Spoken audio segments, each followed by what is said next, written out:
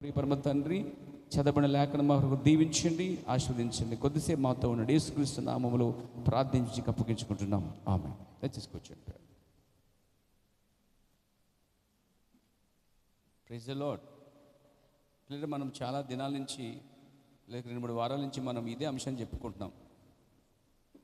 Praise God. యేసుక్రీస్తు దైవత్వం యొక్క నిజ ప్రత్యక్షత. యేసుక్రీస్తు దైవత్వం యొక్క నిజ ప్రత్యక్షత.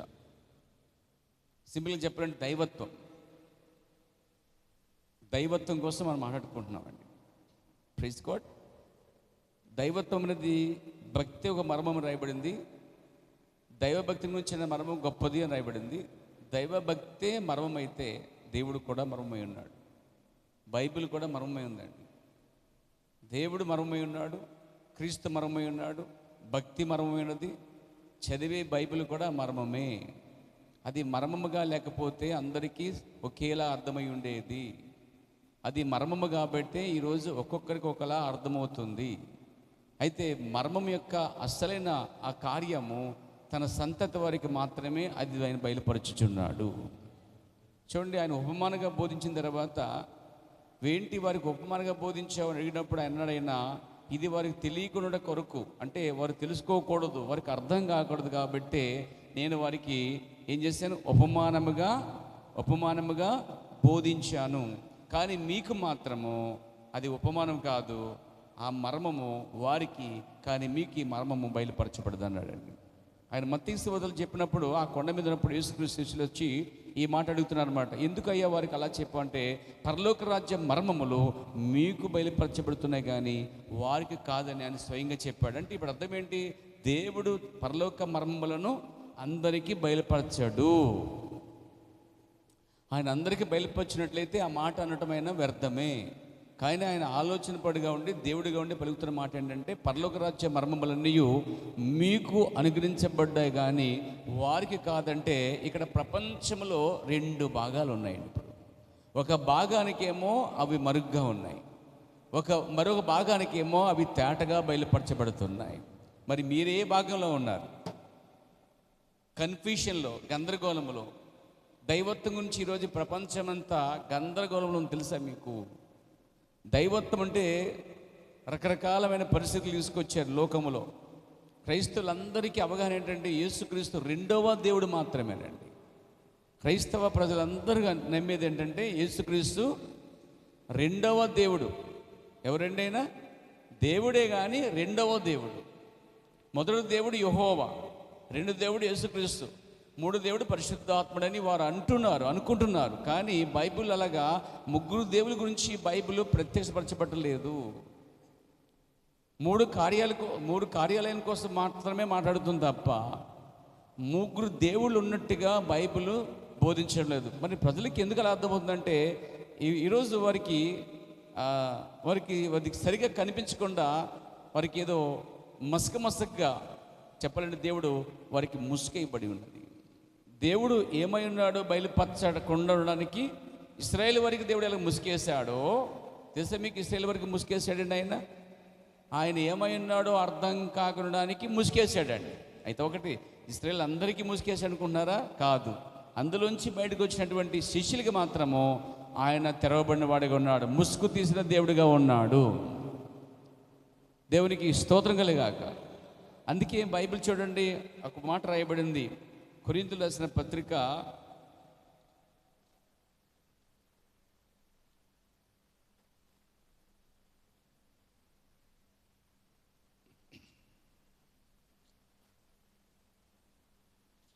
2వ కొరింథీ పత్రిక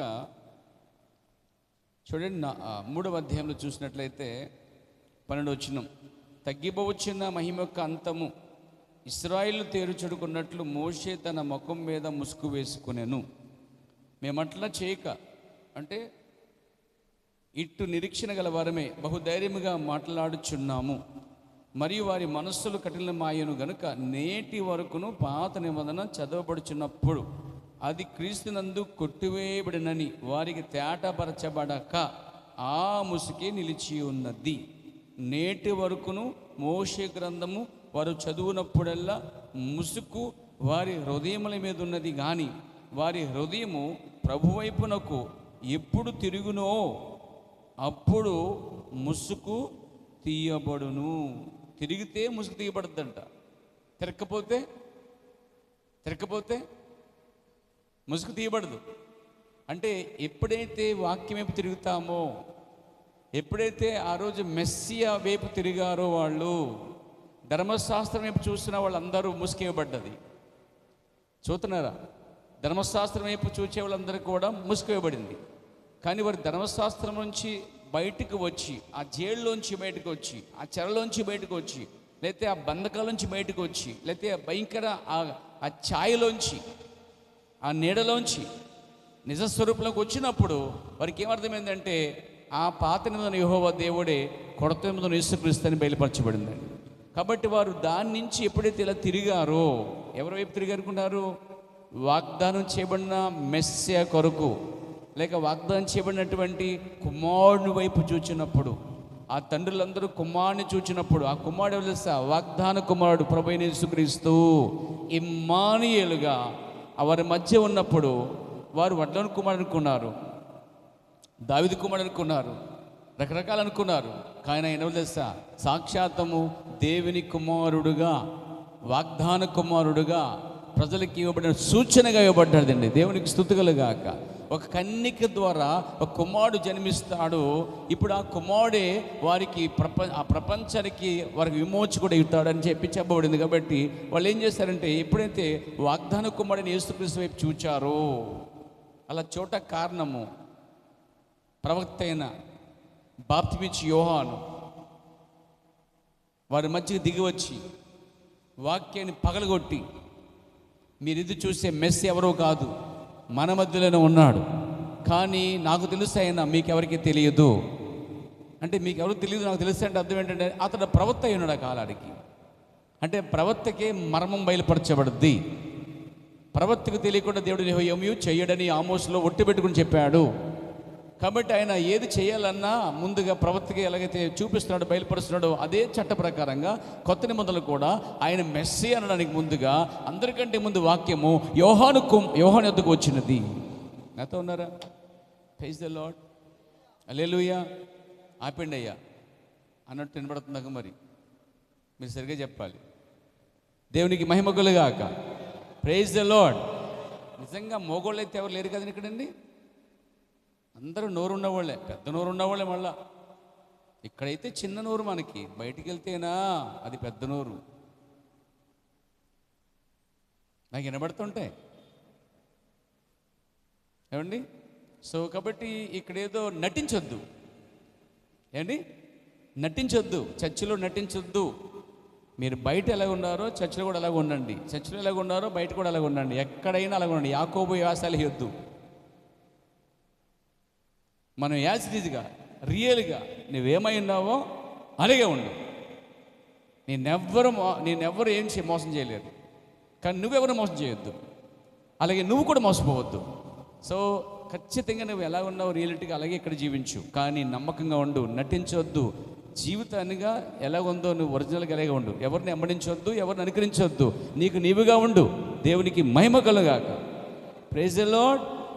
ఒరిజినాలిటీకి రావాలి, మీ నుంచి ఒరిజినాలిటీ రావాలి. Praise the Lord. దేవునికి మహిమ కలుగాక. ఇంకా బిగిసే ఉన్నారు మీరు, ఏదో పోగొట్టుకున్నారో, లేకపోతే మీకు ఇష్టం లేదో, లేకపోతే ఆదివారం త్వరగా వచ్చేసిన బాధగా ఉందో, లేకపోతే వాక్యం త్వరగా అవుతుందని బాధపడుతున్నారో నాకు తెలియట్లేదు. కానీ మీరైతే మీలో మంది చాలామంది సంతోషంగా అనిపించట్లేదు. మొఖాలు మరి చాలా మాడినట్టుకున్నాయి. నేను ఫీజులు పోయినాయో, కొంచెం టిఫిన్ చేయలేదో, లేకపోతే టీలో పప్పుసార్లు టీలో లేకపోతే ఉప్పు వేసిందేమో మీ ఆవిడకాయల సాల్ట్ అనుకొని. ఈ సిచ్యువేషన్లో కనుక ఉండలేతే దాని నుంచి బయటకు వచ్చేయండి ముందు. Praise the Lord. మీరు దేవుని మందిలో ఉన్నారు. మీరు ఎక్కడున్నారు? ఒక బిల్డింగ్ పైన కాదు, దేవుని మందిరంలో ఉన్నారని దృక్పథంతో ఏకాత్మ కలిగి, ఏక మనసు కలిగి ఉండగలిగితే దేవుడు మన మధ్య అద్భుతాలు చేస్తాడు. దేవుడు దిగి రావాలంటే సంఘమే సహకరించాలి. దేవుడు మాట్లాడాలన్నా, దేవుడు నీతో సరిగ్గా సరిచేయాలన్నా దేవుడు మన మధ్యలో ఉంటేనే మనం సరిచేయబడతాం. లేకపోతే అది మానవ మాటలు, మనిషి మాటలు ఉపాయం ఏమీ లేదు. కానీ దేవుడు నాతో మాట్లాడితే నేను పరిపూర్ణమవుతాను. దేవుడి యొక్క మాట మనల్ని పరిపూర్ణం చేస్తుంది. దేవునికి స్తోత్రం కలుగాక, దేవునికి మహిమ కలుగాక. Praise God. ప్రియమైన సోదరులారా వినండి,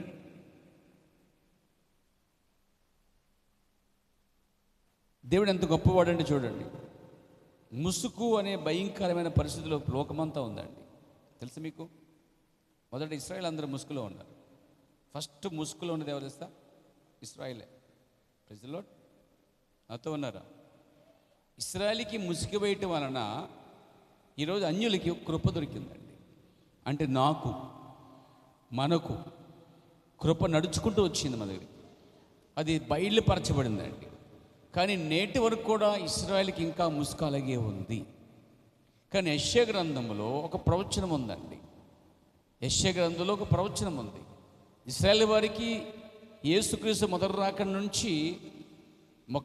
రాకడ నుంచి కూడా ఇప్పటి వరకు కూడా వారికి ముసుకేయబడిందండి.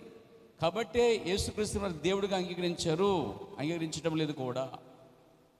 యేసుక్రీస్తుని వారు మెస్సేగా స్వీకరించట్లేదు. యేసుక్రీస్తుని ఒక ప్రవక్తగానే చూస్తున్నారు తప్ప వాళ్ళు వాగ్దానం చేయబడిన కుమారుడని మరియు మెస్సీ అని, మరి ఆయనే పాత నిబంధన యెహోవా దేవుడని, వాక్యం శరీరధారిగా వచ్చిందని వారికి అసలు తెలియదు. కానీ వారికంటే ముందు నీకే తెలుసు. నీకేదైతే తెలుసో ఇది మరొక రోజున దేవుడు వారిని దర్శించబోతున్నాడు. ఎలా దర్శించబోతున్నాడు మీకు చెప్తున్నా కార్యం. అందుకని ఆ గొప్ప కృప, ఆ దైవత్వం బయలుపరచబడిన విధానం కనుక మీకు అర్థమైతే కృతజ్ఞతలే ఉంటారు. మీరు పేరు దేవుని యందు కృతజ్ఞత కలిగి ఉంటారండి. లేదా పెద్దగా మీకు ఏమీ అనిపించదు. కానీ నిజంగా ఆ కృప నా దాకా వచ్చింది, కానీ దేవుడు వారందరికీ ముసుకేసి నాకే బయలుపరుచుకున్నాడని నీకు అర్థమైన నాడు నువ్వు దేవుని విడిచిపెట్టవు, దేవుణ్ణి ఆరాధిస్తావు, దేవుని స్తుతిస్తావు, దేవుని కలిగి ఉంటావు, దేవుని కోసం నిలబడతావు. దేవుడు నా కోసం ఏం చేశాడని దానికోసం నీకు అర్థమైనప్పుడు దేవుని మందిరం మానకుండా, దేవుని ఆరాధించకుండా నువ్వు ఉండలేవు. దేవునికి స్తోత్రం కలిగాక. చూడండి, రోమీయుల పత్రిక ఆ గొప్ప కృప ఎలా నడుచుకుంటూ వచ్చిందో చూడండి. తెలియాలి పిల్లలు మనకి. తెలియకపోతే దాని విలువ తెలియకపోతే ఆరాధన విలువ కూడా నీకు అర్థం కాదు. అందుకే చాలామంది మీలో అసలు ఆదివారం కూడా సరిగ్గా రావట్లేదు. మీలో చాలామంది బుధవారం కూడా రావట్లేదు. అంటే అర్థం ఏంటంటే అసలు మీకు అర్థం కాలేదు. మీకు అర్థమైంటే కనుక మీరు ఖచ్చితంగా ఇంటి దగ్గర ఉండరు, పనిలో ఉండరు. ఖచ్చితంగా అవన్నీ చక్కబెట్టుకొని సోదికాయలు మానేసి దేవుని మందులు కూర్చోగలుగుతారు. ఎప్పుడంటే మీకు అర్థమైన నాడు. అర్థం కాలేదు కాబట్టి మీలో చాలామంది ఆదివారం రావట్లేదు, మీలో చాలామంది బుధవారం రావట్లేదు. కారణం ఏంటంటే ఆ కృప గురించిన బయలుపాటు ఇంకా మీకు బయలుపరచబడలేదు. ఆయన చేసిన అద్భుత కార్యాన్ని, ఆ దైవత్వం ఏమిటో నీకు అర్థం కాలేదు. దేవుడు ఉన్నతమైన ప్రజల్ని దాటుకుని వచ్చాడనే విషయము ఇంకా నీకు అర్థం కాలేదు. కాబట్టి నీకు ఆరాధన విలువ తిరగట్లేదు, బుధవారం విలువ తిరగట్లేదు, వాక్యం ఒక విలువ తిరగట్లేదు, దేవుని స్తుతించడం, ఆరాధించడం, మహింపరచడం ఒక విలువ ఏంటో అర్థం కావట్లేదు. ఏదో వాడు చెప్పిన అందరూ వెళ్తారు వస్తున్నా తప్ప నీకు బయలుపడుతూ రావట్లేదు. బయలుపడుతూ వచ్చే ఆరాధన దేవుడు ఇష్టపడుతున్నాడు. రోమీయుల పత్రిక చూడండి నా ప్రియమైన సోదరులారా, 11వ అధ్యాయము 25వ వచనం. సహోదరులారా, మీ దృష్టికి మీరే బుద్ధిమంతులని అనుకోకున్నట్లు. ఏదో దేవుడు దైవత్వం నాకు ఇచ్చేసాడు అలాగా వచ్చేసింది అలాగా అనుకోవద్దు. నువ్వు దేవుడు ఇశ్రాయేలుకి మరుగుపరుచుకుంటేనే కానీ నీకు బయలుపరచుకోలేదు. నిన్ను సంపాదించడానికి దేవుడు వాను పోగొట్టుకున్నాడు. తెలుసా నీకు ఆ విషయం? నిన్ను సంపాదించుకోవడానికి, నన్ను సంపాదించుకోవడానికి దేవుడు తన సొంత ప్రజల్ని వాగ్దానం చేసి ధర్మశాస్త్రం ఇచ్చి వేలాది మంది ప్రవక్తలను పంపి భూమి మీదే గొప్ప జనముగా, దైవభక్తిలో భీతి గలవారుగా చేసిన ఆ జనాన్ని దాటి వచ్చాడండి ఆయన. నీ భక్తి ఎంత, నీ సమర్పణ ఎంత, నీ ఆరాధన ఎంత? కానీ ప్రపంచంలో భక్తి గలవారు తెలుసా? ఇశ్రాయేలులకు యూదులై ఉన్నారు. నిష్ఠ గలవారు, ఆసక్తి గలవారు, దేవుని కోసం ఏదైనా తెగించగలవారు, ధైర్యం గలవారు భూమి మీద ఇశ్రాయేలు లేక యూదులై ఉన్నారు తెలుసా? అలాంటి గొప్ప జనాన్ని బైబిల్ చెప్తుంది పాత నిబంధనలో యాకోబు వాక్యము యాకోబుకు బయలుపరిచాను అనగా ఇశ్రాయేలుకి బయలుపరిచాడట. అచ్చినాచాదులు కానీ, నిబంధనలు కానీ, వాగ్దానాలు కానీ ఎవరికి ఇవన్నీ? ఎవరికి? ప్రపంచంలో ఎవరికి ఇవన్నీ వాగ్దానాలు కానీ, అద్భుతాలు కానీ, కార్యాలు కానీ దేవుడు ఎక్కడ చేశాడు? ఇశ్రాయేలు మధ్య చేశాడన్న ఆయన. అట్టి గొప్ప జనాంగాన్ని ముసుగు వేసి వచ్చాడంటే కళ్ళకు అద్దుకోవాలి నువ్వు, అసలే కాళ్ళ మీద పడాలి అసలు నువ్వు ఆయన్ని, మొక్కి ఆరాధించాలి అసలు నువ్వు ఆయన్ని, ఒక్క నిమిషం విడిచిపెట్టకుండా నువ్వు ఆయన ఎడల కృతజ్ఞత కలిగి ఉండాలి అసలే.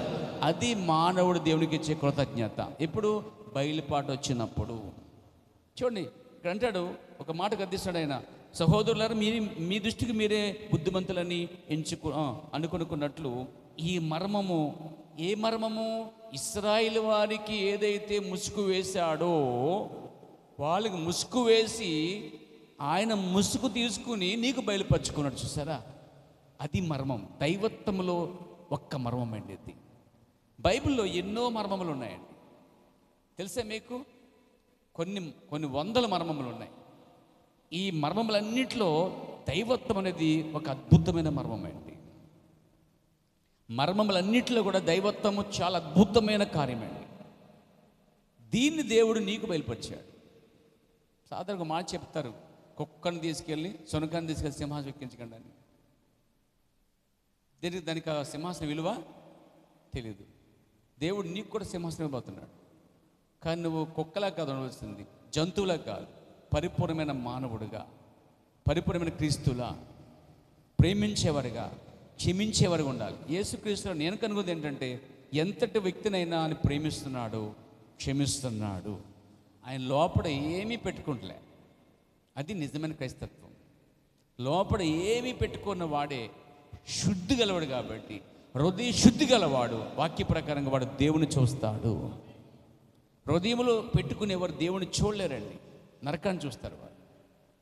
కాబట్టి ఇక్కడ చూడండి ఏంటంటే, అయినా ఈ మర్మం మీకు తెలుపుకొని కూర్చున్నాను. అదేదనగా అన్యజనులు ప్రవేశం సంపూర్ణమగ వరకు, అంటే దేవుడు ఇశ్రాయేల్ని ముసుగు వేసి ఇశ్రాయేల్ అందరినీ దాటి ఆయన మరో జనం వద్దకు వచ్చాడండి. కొత్త జనం వద్దకు వచ్చాడు. కొత్త జనం ఎవరంటే అన్యులు. ఇప్పుడు ప్రపంచంలో యూదులు ఒక భాగమైతే అన్యులు ఒక భాగమైంది. మళ్ళీ అన్యులో రకరకాల జాతులు, రకరకాల తెగలు, రకరకాల గుంపులు, రకరకాల విధానాలు, రకరకాలటువంటి ప్రాంతాలు, రకరకాల కలర్స్తో వారు ఉన్నారండి. యూదులు ఒకే కలర్తో ఉన్నారు.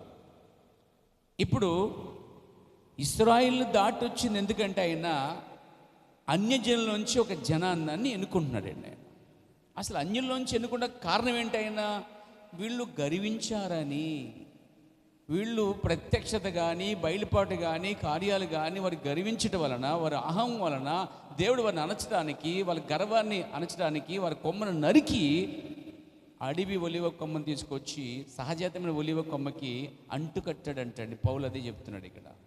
మనం అడవి జాతి చెందినటువంటి ఇక్కడ ఒలివ చెట్టు, దాన్ని నరికి తీసుకొచ్చి సహజమైనటువంటి పరిపూర్ణమైన అంజరపు చెట్టుకి మనల్ని కట్టాడండి ఆయన. వాళ్ళు నరకటం వలన మనల్ని అతికాడండి. ఇంకా చెప్పాలంటే పోయిన వారు చెప్పారు, రాజకుమారుని వారు హతమార్చాడు. కానీ అంతకుడిని తీసుకొచ్చి రాజకుమారుని స్థానంలో పెట్టాడు.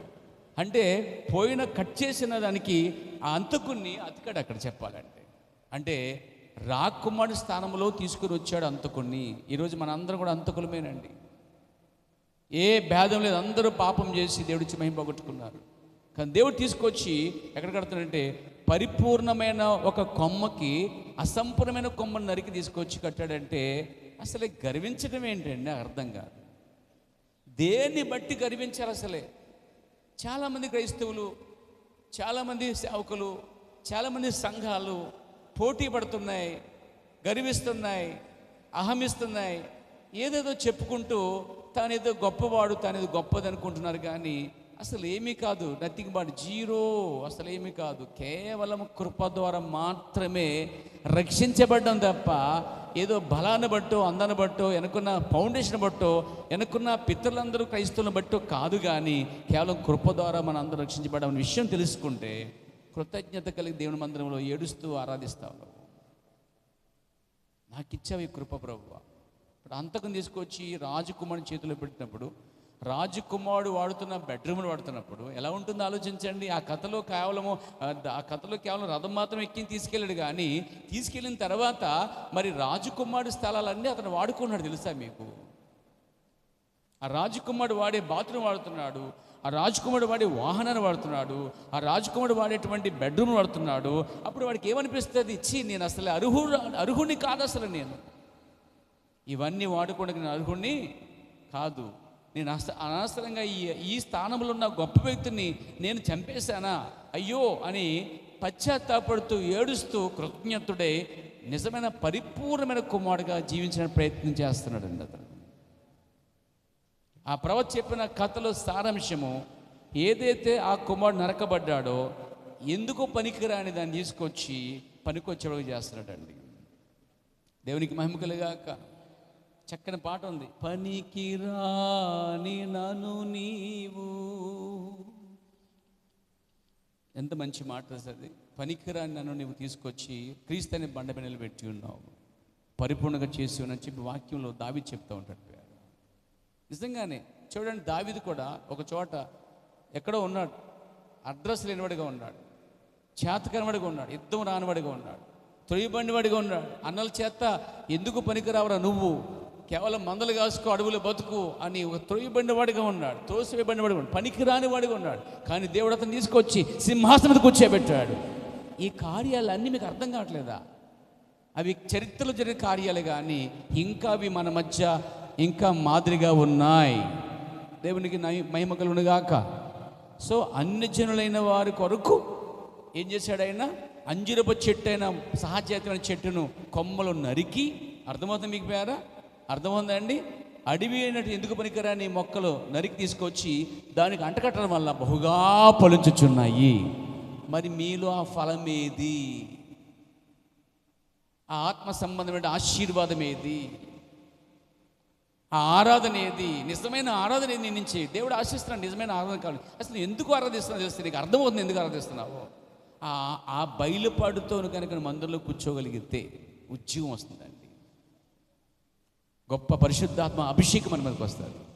ఒక బయలుపాటు లేని వాడికి ఓ బయలుపాటుతో లేకుండా ఆరాధించడం, బయలుపాటు లేకుండా ఆరాధన కూర్చుంటాం, బయలుపాటు లేకుండా కృతజ్ఞత లేకుండా ఉండటం వలన దేవునికి ఉపయోగం లేదు, కానీ నీకు ఉపయోగం లేదు. కానీ ఆ బయలుపాటుతో వచ్చేవాడిని బట్టి దేవుడు ఆనందిస్తాడు, సంతోషిస్తాడండి.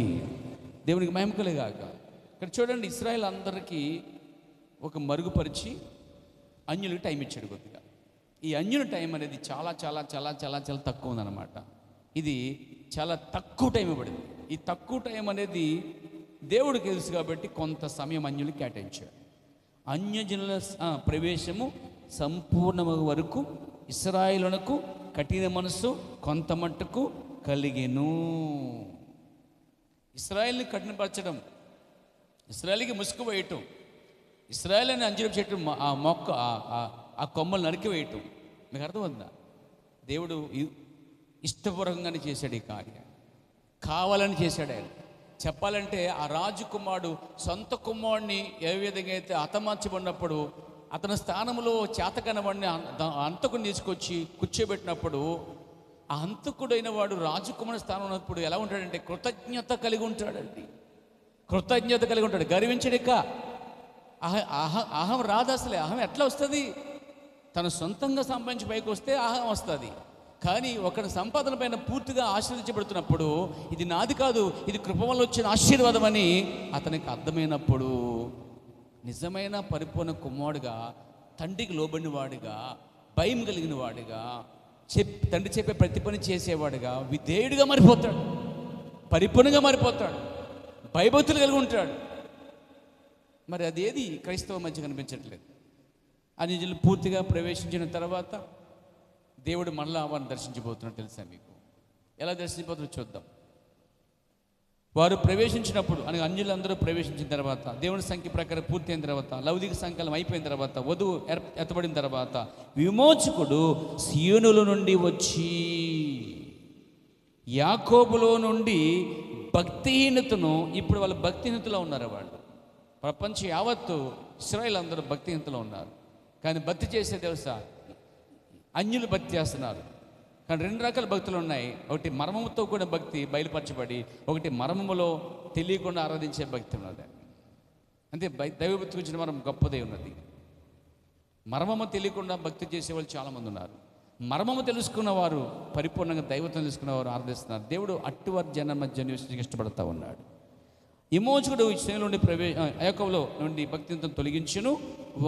నేను వారి పాపమును పరిహరించినప్పుడు నా వలన వారికి కలుగు నిబంధన ఇదియే అని రాయబడినట్టు ఇశ్రాయేలు జనులందరూ రక్షించబడుదురు.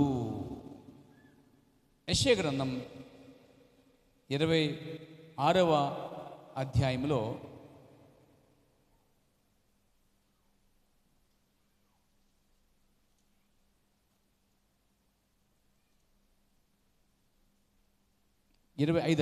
క్షమించండి, యెషయా గ్రంథం 25వ అధ్యాయంలో వారి మీదున్న ఆ ముసుగును తొలగించే గడియ ఇక్కడే ఉందండి. Praise God. 6వ వచనం, ఈ పర్వతం మీద సైన్యములకు అధిపతిగా యెహోవా, చూడండి, ఆయన సియోను నుండి బయలుపరచబడతానని చెప్పాడు. సియోను కొండ నుండి బయలుపరచబడుతున్నాడండి ఆయన.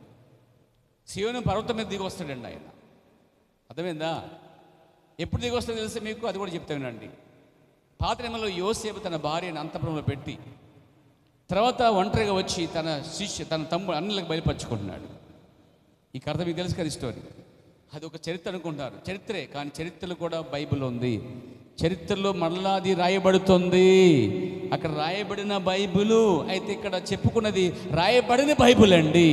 దేవునికి మహిమ కలుగునుగాక. నాతో ఉన్నారా? హల్లెలూయా, హల్లెలూయా. వధువుని ఆయన అంతఃపురములో పెట్టి, ఆయన మధ్యాకాశంలో వధువును పెట్టి, ఆయన స్వయంగా సియోను కొండ మీదకి గొప్ప పక్షిరాజు వల్ల దిగి రాబోతున్నాడు. అప్పుడు ఆ కొండ రెండుగా చీలబోతున్నది. ఆ కొండ మీదే కింగ్ డేవిడ్ స్టార్ వాటర్ కట్టుదామని చూశారు. చరిత్రకారులు, ఆ సైంటిస్టులు ఏం చెప్పారంటే, దీని మీద ఏ కట్టడానికి వీలు లేదు, ఎందుకంటే ఇది ఏదో ఒక రోజున ఇది ఇడిపోయే అవకాశం ఉన్నది అని చెప్పారు. కాబట్టి దాని మీద ఇంతవరకు ఏ హోటల్ కట్టలేదు.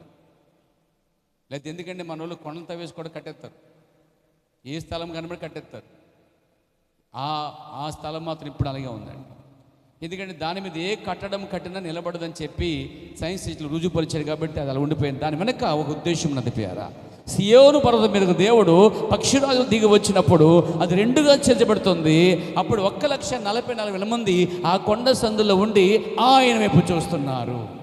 ఈ 1,44,000 మంది భూ ప్రపంచంలో ఉన్న యూదులందరిలోంచి వేరు చేసినటువంటి, ఈరోజు వధువుని సంఘశాఖలోంచి వేరు చేశాడో అదే దేవుడు ప్రపంచ యూదులోంచి 1,44,000 మందిని వేరు చేసుకుని తాను పూర్తిగా బయలుపరుచుకునే గడియ.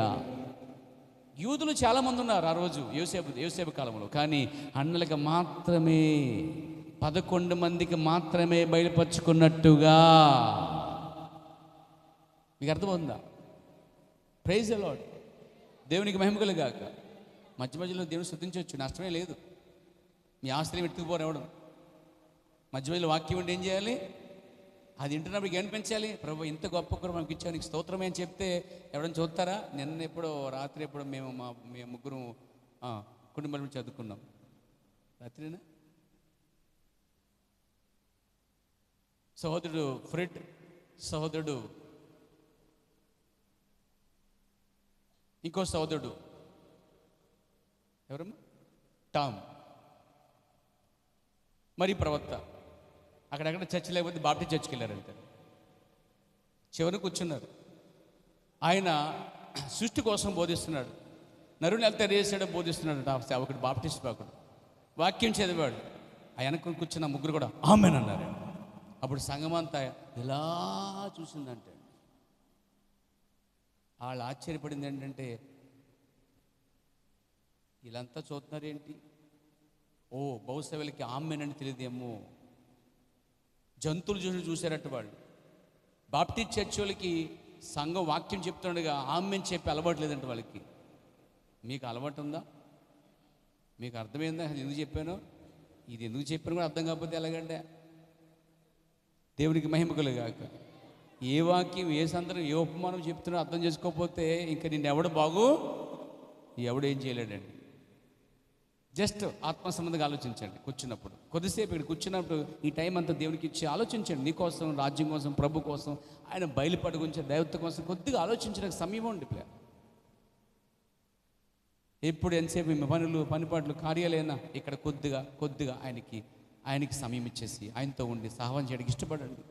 అది ఎంతో మాధుర్యమైనది. ఆ సహవాసం గొప్పది. దేవునికి మహిమ కలుగాక.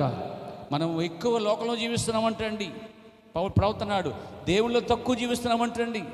ఈరోజు మనం మార్చుకోవాలి. లోకంలో తక్కువ జీవించి దేవుళ్ళు ఎక్కువ జీవించడానికి ఇష్టపడదాం. ఎందుకంటే ఆయన చేసిన కార్యం అలాంటిది, గొప్ప కార్యం అండి అది. దేవునికి మహిమ కలుగునుగాక. సో ఆ కొండ మీదకి ఆయన దిగి వస్తాడండి. కొండ చేర్చబడుతుంది. ఆ కొండ మీదే ఒక విందు, గో విందు. అక్కడి నుంచి వచ్చింది గో వింద. ఇది అక్షరాలు నిజం. చదవండి 25:6. ఈ పర్వతం మీద సైన్యములకు అధిపతి యెహోవా సమస్త జనముల నిమిత్తము క్రొవ్విన వాటి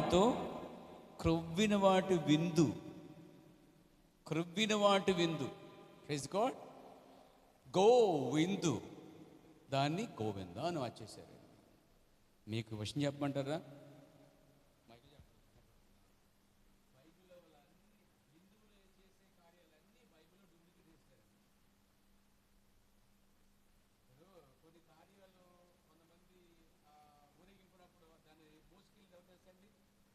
మోసుకునేది ఎవరు తెలుసా? సాకల వారు మోసుకెళ్తారండి. బైబిల్లో సాకలు ఎవరు తెలుసా? లేవీలండి. వాళ్ళే మొయ్యాలి, దాన్ని ఇంకెవరు మోయకూడదు. తెలుసా మీకు ఆ విషయం? ఎక్కడి నుంచి వచ్చింది ఆచారం అది? బైబిల్ నుండి. లక్ష్మణ్ దేవుడు తన గీత గీసాడు. అక్కడ ఈ వాక్యపు గీత దాటి బయటికి రావద్దు, తిను చచ్చేదని గీత కాశాడు. దాన్ని లక్ష్మణ గీత రాసేసారు వీళ్ళు. ఇలా చెప్తే కనుక మత చర్చం ఎలా ఉందంటే మత కలంలో అయిపోద్దండి పరిస్థితి.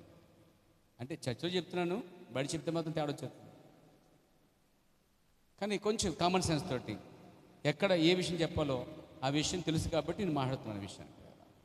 దేవునికి మహిమ కలుగాక.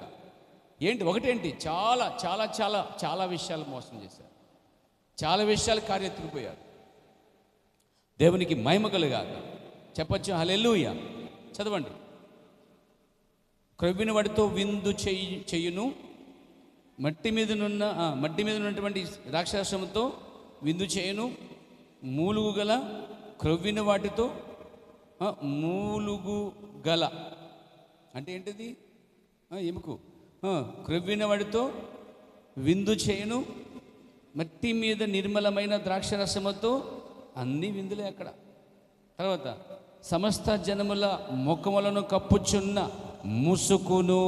సమస్త ముఖములను కప్పుతున్న ముసుకేంటి అసలే? ఈరోజు ఇశ్రాయేలే కాదు, క్రీస్తు గురించి ప్రపంచమంతా ముసుకేయబడింది. ఇశ్రాయేల్ వరకు మాత్రమే అనుకున్న ముసుగు కాదు, సమస్త జనులందరికీ ముసుకేయబడింది. ఆ పర్వతం మీద ఆయన వచ్చినప్పుడు సమస్త అంటే యూదుల మీద, మరి కొందరు అన్యుల మీద, ఇతరుల మీద ఉన్న ముసుగు, క్రీస్తు గురించి నా బయలుపాటు లేని ముసుగు, క్రీస్తు ఏమైనా సంగతి ఇంకా అర్థం కాని ముసుగు ఈ పర్వతం మీద పూర్తిగా తెరవబడుతున్నది. ప్రభునామమున మహిమ కలుగాక. అదిగో చెప్పాను మధ్య మధ్య శోధించమని. ఏం చెప్పాను మధ్య మధ్యలో? మరి అలాగే బొమ్మలాగా అలా ఉండక్కర్లేదు. లేదా మ్యూజియంలో పెట్టిన బొమ్మలాగా, గాజు బొమ్మలా కూర్చోక్కర్లేదు. కొంచెం చేతులు ఇచ్చాడు దేవుడు, కాళ్ళు ఇచ్చాడు, అద్భుతమైన నోరు ఇచ్చాడు. దాన్ని ఇక్కడ వాడకపోతే నీ కర్మ అంటాను అనమాట. ఎక్కడెక్కడో వాడే నోరు ఇక్కడ వాడకపోతే, దేవునికి మహిమ తీసుకురాకపోతే, జీవఫలం అర్పించకపోతే, ఇక్కడ అర్పించకపోతే ఎక్కడ అర్పిస్తావు? దేవునికి మహిమ కలుగాక. ఇంకొంతమంది నోరు ఇవ్వట్లేదు, మళ్ళీ అసలు నోరే లేదు. మొగదయ్యాలు ఎన్ని మొగదయ్యాలు బయటికి పోవునుగాక. ఇంకా పోతే గట్టిగా ప్రార్థన చేయడం కోసం దేవుడు నోరిచ్చాడండి. ఆమెను చెప్పడానికి, స్తుతించడానికి. ఎరా నీకు నోరు లేదా? ఏమ్మా నీకు నోరు లేదా? మొగదయ్యాలా మీరు? దేవుని మందిరంలో మొగదయ్యలతో సంబంధం లేదండి. ఆరాధించేవారు కావాలి, స్తుతించేవారు కావాలి. సంఘమంతా ఏకాత్మతో ఆమె చెప్తే దేలు పారిపోతాయి, లేకపోతే లోపలికి వచ్చి కూర్చుంటాయి. కూర్చోబెట్టాలని మీ చేతిలో ఉంది, బయట పంపించాలని మీ చేతిలోనే ఉంది. పాస్టర్ చేతిలో ఏం లేదు, నథింగ్. సేవకుడి చేతిలో ఏం లేదు. కేవలం సంఘం యొక్క విశ్వాసం ద్వారా దేవుడు కార్యం చేస్తాడు. సంఘం యొక్క విశ్వాసం ద్వారా దేవుడు అతను ప్రిపేర్ అవ్వకపోయినా సరే, నోట్స్ లేకపోయినా సరే, దేవుడు అద్భుతంగా వాడుకునే శక్తి ఆ సంఘం లోపల పెట్టాడు పేరా. అది దాని గురించి కూడా బయలుపడలేకపోతే ఎట్లా? ప్రవర్తనడు సంఘం అంతా ఏకీవించి ప్రార్థన చేసి మీ మధ్య ఒక రోగి కూడా ఉండడని చెప్పాడుగా. మరి ఏకీవించాలి కదా. ఆమె చెప్పాడు ఏకీవించాలి, అల్లు చెప్పండి ఏకీవించాలి. లేకపోతే ఈ మధ్యను వెనక అల్లు పట్టుకట్టు చెప్పేస్తుంది బాబాయ్ అబ్బాబే అబ్బాబే. ఇది వంకరాత్మ. ఇది ఈ టైపు చేసే ఆత్మ వంకరాత్మ. మరి భయంకరమైన నరకంచులో ఉంది ఆత్మ. అది ఆ టైప్ ఎవరుంటే వీళ్ళది. ఇక్కడ ఒక్కడున్నా మాత్రం చాలా ప్రమాదకరమే. అంటే ఒక్కడిని విమర్శించడం, బాధ పెట్టడం అనమాట. ఆమె అబ్బో ఎప్పుడు ప్రతి ఆదివారం ఈ ఆదివారం వచ్చి అనే ఆత్మలు నీలో ఉన్నంత వరకు నువ్వు ఉద్యోగం చూడలేవు, ఆశీర్వాదం పొందలేవు. ఇతరులు ఎప్పుడు చేయలేపు చూపించొద్దు. అసలే ఇతరుల గురించి అసలు పట్టించుకోవద్దు. అసలే ఎవరు ఎలా కూడా పట్టించుకోవద్దు. నీవుగా నువ్వు నీ ప్రభు, మధ్యలో ఇంకెవరు ఉండకూడదు. అలా ఉండాలి. దేవునికి మహిమ కలుగాక. చెప్పొచ్చు హల్లెలూయా.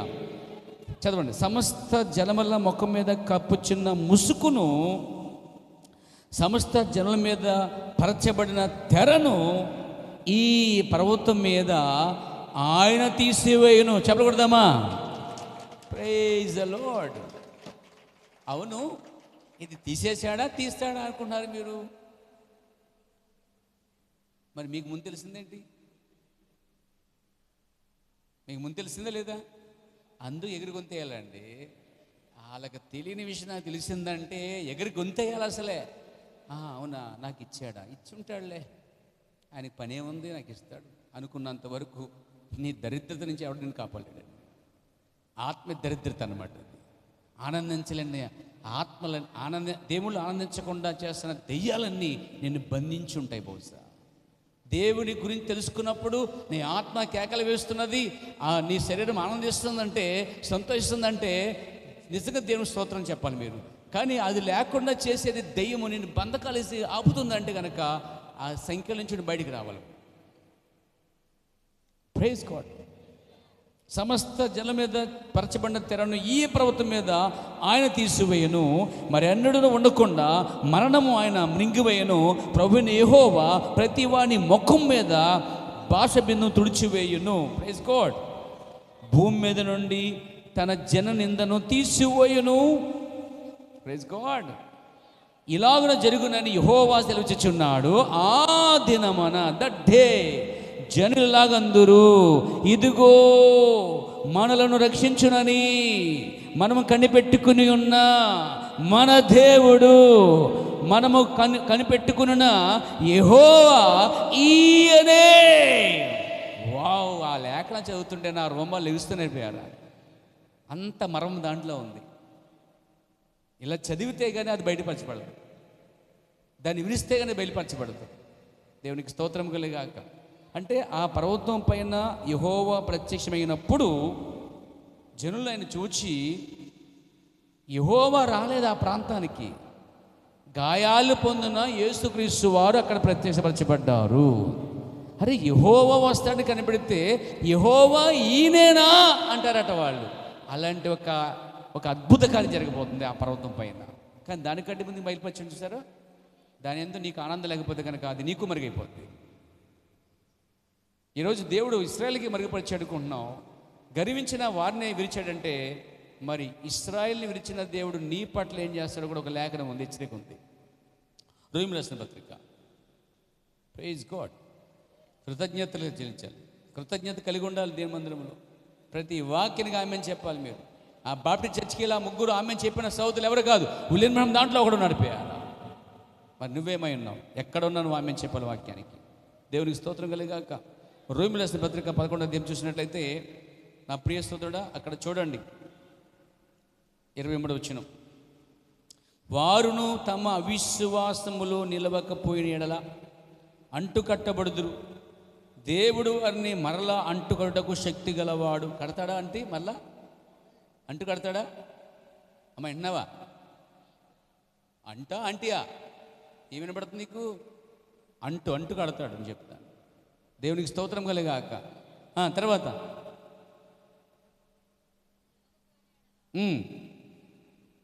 అంటే చదువమ్మా. దేవుడు వారిని మరలా అంటుకట్టుటకు శక్తి గలవాడు. ఎట్లనగా నీవు స్వాభావికమైన అడవి ఒలివ చెట్టు నుండి కొయ్యబడి స్వభావ విరుద్ధంగా మంచి ఒలివ చెట్టున అంటుకట్టబడిన ఎడల స్వాభావికమైన కొమ్మలకు వారు మరి నిశ్చయముగా తమ సొంత ఒలివ చెట్టును అంటుకట్టబడుదురుగా. చూసారా? నువ్వే అసలు దానివి కాదు, నువ్వే అసలు వాడు కాదు, అయినా నిన్ను అక్కడికి అంటుకట్టాడు. వాళ్ళు గర్వించారని నిన్ను అంటుకట్టాడు. మళ్ళీ నువ్వు గర్విస్తే నిన్ను అరికెత్తాడు. దాన్ని బట్టి ఏం చేయాలి మనం? కఠినంగా చెప్పండి, ఒళ్ళు దగ్గర పెట్టి బతి చేయాలన్నమాట. Self control. ఇచ్చింపు వచ్చేస్తుందా, అసే వచ్చేస్తుందా, కోపం వచ్చేస్తుందా, హృదయంలో బాగా అందరి మీద పెట్టేసుకున్నావా, ఎన్నిటిని జయించాలి నువ్వు. ఇవన్నిటిని జయించగలిగితే ఒక పరిపూర్ణమైన మానవ స్వరూపంగా మనం తయారవుతామండి. ముక్కు బాగా అందంగా వస్తుంది, నోరు బాగా అందంగా వస్తుంది. శిల్పకట్టు బాగా చెక్కేటప్పుడు కదలకుండా ఉంటే బాగా కదిలితే రాయమవుతుంది, ముక్కు ఇలాగ వెళ్ళిపోతుంది. అప్పుడు చెవిలో సగం ఇలాగ వెళ్ళిపోద్ది అనమాట. చక్కగా ఉంటే ఏమవుద్ది? నిదానంగా నిర్భయంగా ఉంటే, నెమ్మదిగా ఉంటే శిల్పగాడు మెల్లిగా చెక్కుంటూ వస్తాడనమాట అండి. దేవునికి స్తోత్రం కలిగాక. మామూలుగా ఆర్టిస్టులు ఏం చేస్తారు? కొంతమంది చూస్తూ గీస్తారన్నమాట, కదలకుండా అంటారన్నమాట. ఫోటో తీసినప్పుడు కూడా ఏం చేస్తారు? అయ్యో కదలకుండా అంటే మనం అనిపోతాం. ఉంటే పడవరు అదే ఇలా ఇలా కూర్చుంటే అటు ఫోటో తీసాడు ఏం చేస్తాడు? నీ ఫోటో రాదు, అప్పుడు ఇలాగా మూతిలాగా వెళ్ళిపోద్దా లబ్రహ్మంలాగా. అంటే దేవుడు కూడా నేను చెక్కుతున్నాడు సంఘాన్ని. నువ్వు అటు ఇటు కాసేపు అక్కడికి, కాసేపు ఇక్కడికి, కాసేపు ఆ సంఘం, కాసేపు ఈ బోధ, కాసేపు ఆ పాస్టర్, కాసేపు ఈ సంఘం, కాసేపు ఆ బోధ, ఇలా తిరుగుతూ సంచలంగా ఉన్నట్లయితే నీకు రూపమే రాదు. ఒక చోట ఉంటేనే రూపం వస్తుంది. ఇది భౌతికమైన సత్యం. ఓకే, అందుకే నాకు సంఘం ఉండాలంటాడు, నాకు సేవకుడు ఉండాలంటాడు, నీ దశభావం అక్కడే చెల్లించాలంటాడు. ఇది నా ఆత్మీయ గృహం అని చెప్పుకోవాలంటాడు. ప్రియారా, గృహాలు కాదు, ఒకటే ఆత్మీయ గృహం ఉంటుంది. దేవునికి మహిమ కలుగునుగాక.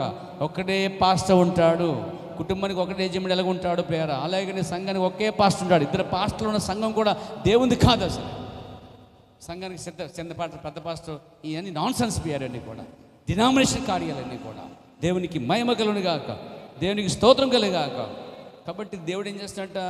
గర్వించక నువ్వు కూడా జాగ్రత్తగా ఉండు అంటాడండి. 20 వచ్చిన చూడండి. మంచిది, వారు అవిశ్వాసం బట్టి విడిచివేయబడిరి, నీవైతే విశ్వాసం బట్టి నిలిచి ఉన్నావు, గర్వింపక.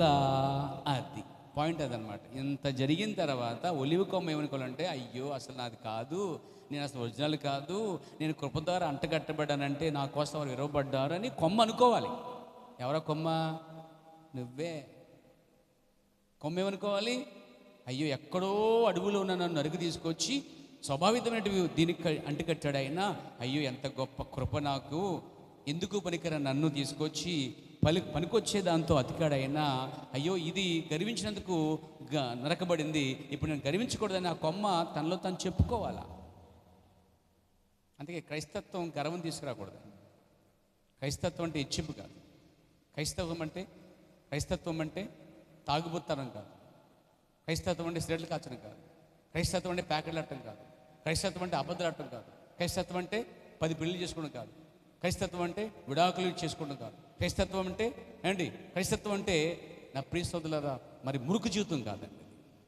అదొక పరిపూర్ణమైన చిత్రం, క్రీస్తులా జీవించే చిత్రం, ప్రేమించే స్వభావం, క్షమించే స్వభావం, మనసులో ఏం పెట్టుకోకుండా యథార్థంగా నేను క్షమిస్తున్నానని చెప్పి ఇకపై దాన్ని మర్చిపోవటం అనేది క్రైస్తత్వమైన నిజమైన కార్యం. అది లేని ఎడల వారు క్రైస్తవులు కారు, నామకర్తులు.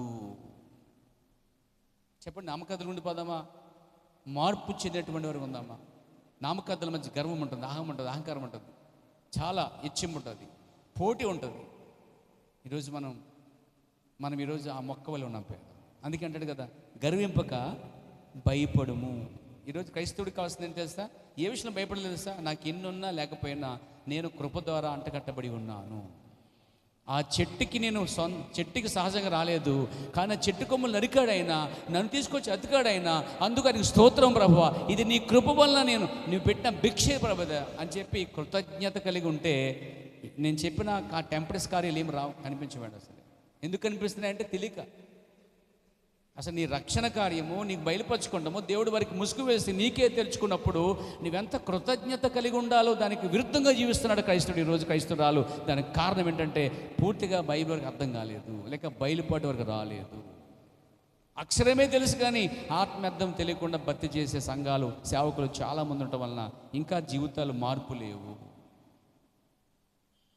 కానీ దేవునికి స్తోత్రం, ఒక మంచి బయలుపాటు దేవుడు ఇచ్చాడు, ఒక మంచి ప్రవర్తన ఇచ్చాడు, భక్తి చేసుకోవడానికి ఒక సంఘం ఇచ్చాడు, వినడానికి ఒక బోధన ఇచ్చాడు. సరి చేసుకుని వెళ్ళటానికి ఇష్టపడదాం. దేవునికి స్తోత్రం కలగాలి. చెప్పొచ్చు హల్లెలూయా. దేవుడు వారికి ఆ ముసుగు ఈ పర్వతం మీద ఆయన ప్రత్యక్షమైనప్పుడు వారు అనుకుంటారట, మనం కనిపెట్టుకున్న యెహోవా ఈయనేనా. అప్పుడు అంటారంట, వాళ్ళు జక్కరి గంధం రాయబడింది ఆ మాట, ఎలక్కల పేర దగ్గర గండి వచ్చి ఏడుస్తారంట వాళ్ళు. అయ్యో యెహోవా నువ్వేనా? స్వయంగా మా యెహోవాని చంపేసుకున్నామేమో, సిలువేసి చంపేశామా? ఆ రోజు మాకు రాజు కావాలని అడిగినప్పుడు మాకు రాజు వద్దు అన్నామా? అయ్యా మా రాజు నువ్వేనా? మా రాజుని మేమే కన్నులారా చేతులారా పాడు చేసుకున్నామా? ఊరు వెళ్ళిపుట సిలువేసి శోధించామా?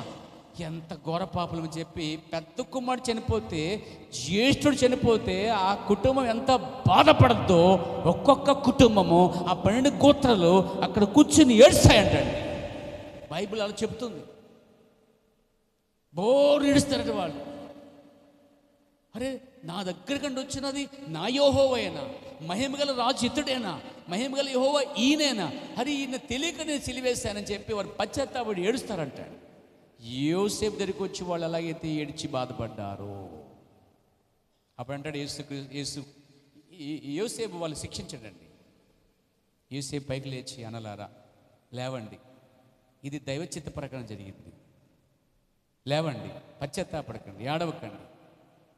ఇప్పుడైనా తెలుసుకున్నారు నా విలువ, మీరు నన్ను సహోదరుడిగా చూస్తున్నాను మీరు అని చెప్పి ఒక్కొక్కరిని కౌలించుకుని బుద్ధి పెట్టుకుంటాడు. అప్పుడు బయలుపరుస్తాడు వాళ్ళందరినీ, భార్య అని పిల్లల పేరు. దేవునికి మహిమకులుగాక. శిక్షించలేదు యోసేపు, పగబెట్టుకోలేదు యోసేపు, మనసులో పెట్టుకోలేదు, అమ్మేశాడని. నీతి యావత్తు ఇలా రాయబడింది కాబట్టి, అలా జరగదు కాబట్టి జరిగింది. అందుకే నీకన్నా ముందుగా నన్ను పంపించాడు దేవుడు, బహుశా ఎందుకోసమనేమో అని చెప్పి వాళ్ళని సంజాయించి సరిచేసి అత్తుకుని ముద్దు పెట్టుకుంటారు అందరి పేరు. ఇప్పుడు యేసుక్రీస్తు కూడా వాళ్ళు ఏం చేస్తారంటే, ఇది మీకు తెలియకే చేశారు, నేనే కావాలని మరుగుపరిచాను, నేనే బయలుపరుచుకున్నాను, లేవండి అని ఒక్కొక్కరిని లేపి, యోసేపు ఏ విధంగా ఆదరణ ఇచ్చాడో, ధైర్యం ఇచ్చాడో, బలపరిచాడో, యేసు ప్రభు కూడా అదే చేయబోతున్నాడు ఆ ఒలీవ కొండ పైన లేక పర్వతం పైన. అప్పుడు వాళ్ళు ఆదరణ పొందుతారంట. వాళ్ళు ఇప్పుడు దాకా వరకు ఆదరణ లేదు, తెలిస్తే మీకు అసలు ఇప్పటికీ వరకు ఆదరణ లేదండి. ఆ రోజు వారు ఆదరణ పొందుతారండి, నిజమైన పశ్చాత్తాపడతారు. అప్పుడు దేవుడు వారి బాష్ప బిందులన్నీ తుడిచేసి వారికి ఉన్న దాన్ని ఎత్తిపడేసి ఒక విందు ఏర్పాటు చేశాడు యోసేపు. అక్కడ తెలిసే మీకు విందు ఏర్పరిచాడు, సమాధానానికి విందు ఏర్పరిచాడు. ఆయన కూడా వారికి విందు ఏర్పాటు చేస్తాడు. దేవునికి మహిమ కలుగును గాక. ఎంత గొప్ప కృపలో ఉన్నామో తెలుసా మనము. వర్తమానం ఒక విలువ తెలియక, బైబిల్కి విలువ తెలియక, దేవుడు చేసిన కార్యం ఏంటో తెలియక, అసలు ఆయన మనకి ఎలాంటి కార్యం చేశాడో తెలుసుకున్న నాడు మనం ఆయన విడిచిపెట్టాం, ఆయనకు దూరంగా ఉండం. ఎప్పుడెప్పుడా తుప్పి నీటి వరకు ఆశపడినట్లు మనము ఆయన మందులని ప్రవేశిస్తాం పేద సంతోషం గలవారుగా, కొత్త గీతను పాడుచు, కొత్త సాక్ష్యాలు ఇస్తూ ఒక ఉజ్జీవ సంఘముగా మనం ముందుకెళ్ళటానికి అవకాశాలు ఉన్నాయి. దేవునికి మహిమ కలుగును గాక. ఇక్కడ ఒక పాయింట్ చదవాలని ఆశపడుతున్నాను పేర. విశ్వాసము కొరకు మూలాధారమైన పునాది వర్తమానంలో 55వ సంవత్సరంలో ప్రవక్త బోధించిన ఒక అంశం ఉంది. దాంట్లో ఒక పాయింట్ చదువుతున్నానండి. సమస్త దైవత్వమునకు యేసుక్రీస్తు పరిపూర్ణమైన సాదృశ్యంగా ఉన్నాడటండి. సమస్త దైవత్వానికి అంటే సమస్త దేవుళ్ళు అనబడుతున్న వారు అందరికీ ఆయన అంటండి పరిపూర్ణమైన సాదృశ్యంగా ఉన్నాడటండి. మీకు అర్థమవుతుందండి? ఎవరినైతే దేవుడిగా అనుకుంటున్నారో ప్రజలు, సమస్త దైవత్వానికి యేసుక్రీస్తు పరిపూర్ణమైన సాదృశ్యంగా ఉన్నాడంటండి. అంటే ఒక దేవుడు అనేవాడు ఇలా ఉండాలి, ఆయన్ని బట్టి నేర్చుకోవాలంటండి. బాగు దేనికి మహిమ కలుగాక. ఒక విగ్రహం చేసే వ్యక్తి విగ్రహాన్ని దేవుడిగా తీసుకున్నాడు. చెట్టుని, పుట్టని, కాని, దీన్ని, దాన్ని మొత్తం వాటెవరిటీ అన్నీ కూడా రకరకాల దేవుళ్ళుగా దైవత్వంగా వారు భావించుతున్నారు.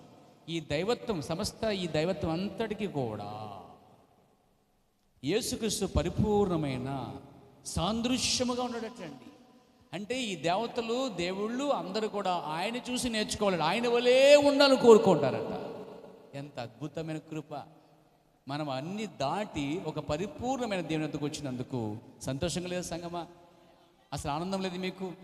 హ్యాపీగా లేరు మీరు అసలు విషయంలో? ఓ దేవునికి మహిమ కలుగాక. ఆయన ఈ భూమి మీద ఉన్నప్పుడు బహుశా నేను దీన్ని మరలా చెప్పుచున్నానేమో, ప్రవక్త అన్నాడు నేను దీన్ని మరలా చెప్పాలనే భావంతో చెప్పడం లేదు, కానీ దీన్ని ఇంతకు ముందే చెప్పాను కావచ్చు. ఆయన ఒకసారి వినండి. ఆయన ఎలాంటి దైవత్వం వ్యక్తిత్వం గల మనిషిని కొద్దిసేపు ఆయన జీవించిన జీవితం గురించి మనము చూద్దాం. Praise God. ఎలాంటి మనిషి కోసం మాట్లాడుకుంటున్నాం తెలుసా? ఎలాంటి దేవుని కోసం మాట్లాడుకుంటున్నాం తెలుసా? కొద్దిసేపు ఆయన జీవించిన జీవితం కోసం మాట్లాడుకుందాం. అప్పుడే నేను ఆయన ఏ విధముగా ఉండిననే విషయం గురించి మనకు ఒక అవగాహన కలుగును. చెప్పుకుంటే కదా ఆయన గురించి పూర్తి అవగాహన కలిగిద్ది అంటున్నాడు. దేవునికి స్తోత్రం కలుగాక. ఇశ్రాయేలుకు ముసుగు వేసి మనం బయలుపరుచుకునే విషయాన్ని చెప్పుకున్నప్పుడు మనకు ఒక అవగాహన వస్తుంది అన్నమాట. ఒక అండర్స్టాండ్ వస్తుంది. మనకి వస్తుందా? రావట్లేదా? నాకైతే వస్తుంది. మరి నిజంగా నేను ఎందుకు పరికరాన్ని దేవుడు తీసుకున్నాడంటే, ఆయన అంటుకట్టుకున్నాడంటే ఎంత గొప్ప కృప అది. నాకు లేని ఆ సింహాసనం నాకు ఇచ్చాడంటే, అర్హత లేని నాకు ఆ స్థానం ఇచ్చాడంటే, ఆ గజ్జి దొంగ హంతకుడు రోజు రోజు కృతజ్ఞత కలిగి ఆ రాజు జీవించే ప్రతి అడుగులో కృతజ్ఞత కలిగి ఉన్నాడు పేరు అతడు. ఓ హల్లెలూయా. అప్పుడే కదా ఆయన ఏ విధంగా ఉండునో అనే విషయం తెలుసుకున్నప్పుడు మనకు అవగాహన ఉంటుంది. ఆయన భూమి మీద ఇచ్చట ఉన్నప్పుడు జాగ్రత్తగా నడిపారు. యేసుక్రీస్తు భూమి మీద ఉన్నప్పుడు సమస్త దైవత్వమునకు ఆయన పరిపూర్ణ సాదృశ్యంగా ఉన్నాడు. శరీరీతిగా ఆయన దైవత్వం యొక్క పరిపూర్ణుడై ఉండెను. భూమి మీద యేసుక్రీస్తు ఒక పరిపూర్ణమైన మానవుడిగా ఉన్నాడు, ఒక పరిపూర్ణమైన దేవుడిగా ఉన్నాడండి.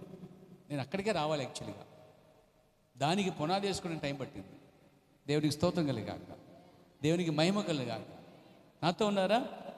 శరీరీతిగా ఆయన దైవత్వము యొక్క పరిపూర్ణమైన దేవుడై ఉండెను. ఇంకా చెప్పాలంటే శరీరీతిగా ఆయన దైవత్వము యొక్క పరిపూర్ణుడై ఉండెను. అంటే క్రీస్తు భూమి మీద దేవుళ్ళందరికీ సాదృశ్యంగా ఉన్నాడట. ఎంత గొప్ప భాగ్యం అండి. మన సమయం వేస్ట్ చేసుకోకుండా అక్కడికి వచ్చినందుకు. చాలామంది 30-40 ఏళ్ళు అక్కడే ఉండి ఆ తర్వాత చచ్చే ముందు క్రీస్తు వద్దకు వచ్చి దైవత్వం ఒప్పుకునే వాళ్ళు ఉన్నారండి. కానీ నీకు ఇంకా ముందు ఇచ్చాడు, ఇంకా ఒక అడుగు ముందు ఇచ్చాడు. అయినా నీలో మార్పు రావట్లేదు, నీలో ఒక ఆనందం రావట్లేదు, నీలో సంతోషం రావట్లేదు. దేవుని సన్నిధికి ఎప్పుడు పోతున్నా, ఎప్పుడు ఆరాధిస్తానా, ఎప్పుడు కలుసుకుంటానా, ఆ సంఘంలో దేవుని మాటలు విని ఎంత ఆనందపడతాననే ఆలోచన నీకు లేవట్లేదంటే నీ ఆత్మ సరిగా లేదని అర్థం. కానీ ఉందంటే కనుక దేవునికి మహిమ కలుగాక. ఖచ్చితంగా మీలో కొందరికి ఉంది, అందుని బట్టి దేవునికి స్తుతించడం కలుగాక. శరీరీతిగా ఆయన దైవత్వం యొక్క పరిపూర్ణుడై ఉండెను, క్రీస్తులో దేవుడు ఉండేను అన్నాడండి. ఇక్కడ శరీరము క్రీస్తుగా ఉన్నప్పుడు ఆ క్రీస్తు అనే శరీరంలో యెహోవా దేవుడు నివసించాడట. ఇది దైవత్వం యొక్క పరిపూర్ణ మర్మం. దేవునికి మహిమ కలుగాక, దేవునికి స్తోత్రం కలుగాక. చెప్పాలంటే దేవుడు మానవుడయ్యాడు. అసలు ఆ మాట విన్నప్పుడే నీ రోమాలు లేవాలా, నీ లోపల ఆనందం ఉవ్విమేళ. దేవుని స్తుతించడానికి వెనకడక ఉండాలి. దేవునికి స్తోత్రం కలుగాక. క్రీస్తులో దేవుడు ఉండెను, యేసుక్రీస్తు శరీరము దేవుని యొక్క గుడారముగా మాత్రమే ఉండెను. వావ్ వావ్, దేవునికి మహిమ కలుగాక. యేసుక్రీస్తు శరీరం అంట దేవుని యొక్క గుడారం అంట. మీ ఆత్మ గుడారం ఉంది తెలుసా? మీ ఇంట్లో ఉంది కదా, మరి ఎక్కడుంది? మీ ఆత్మ గుడారం ఉంది. మీ ఆత్మకి ఏమండి మీ అమ్మకి అంటలేదు, సరిగానండి మీ అమ్మకు కాదు, మీ ఆత్మకు. మీ ఆత్మకి ఏముంది? ఎక్కడుంది? ఏది గుడారం? ఏది? మన శరీరం. ఈ శరీరం గుడారం ఉంది. ప్రార్థనకి వెళ్ళిపోతారు కదా మీ ఇళ్ళకి, అదే మీ గుడారం. దేనికి? శరీరానికి. మరి ఆత్మకి శరీరం. మరి దేవునికి యేసుక్రీస్తే ఆ గుడారమే, ఆ శరీరమే దేవుని ఆలయము. ఆయన ఆలయం అనడానికి మిగతా ఆలయాలన్నీ ఆయన బట్టే తయారవ్వాలి. మిగతా దేవుళ్ళకి ఆయన మాదిరి. అర్థమైందా? మిగతా దేవతలకి ఆయన మాదిరి. ఒక పరిపూర్ణమైన మనుష్యుడు ఎలా ఉండాలనడానికి ప్రతి మనుషునికి ఆయన మాదిరి.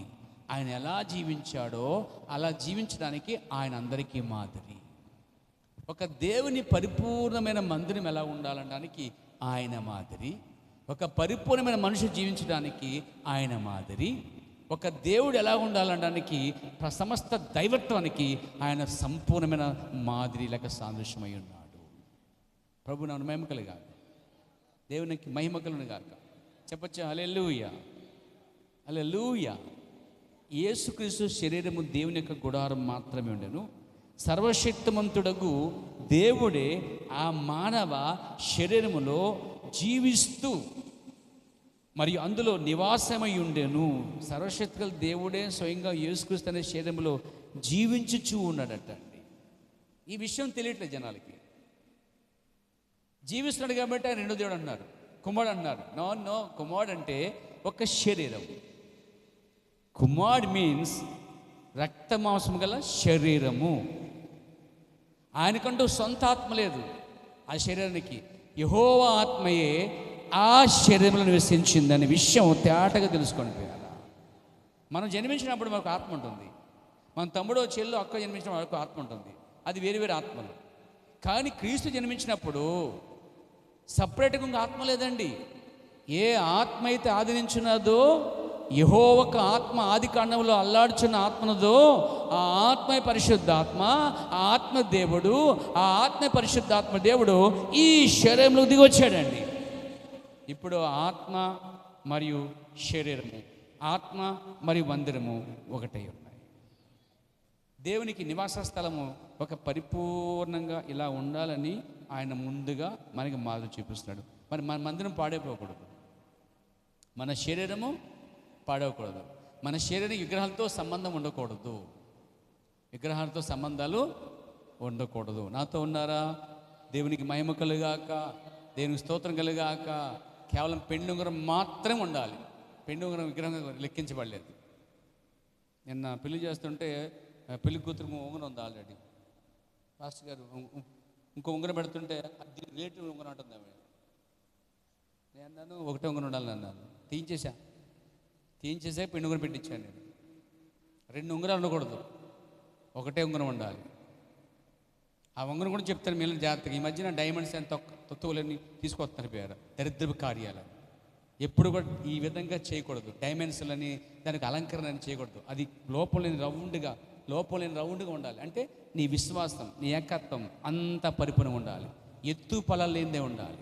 ఈ మధ్య డైమండ్ అను అదను ఇదను గోంగూర పచ్చడి పెడుతున్నారు. దాంట్లో పిచ్చి పని చేస్తారండి. మళ్ళీ నన్ను అడుగుతున్నాను, మళ్ళీ సిగ్గులేకపోతే అది నన్ను అడగమంటే అసలే మీకు తెలీదా మాత్రం?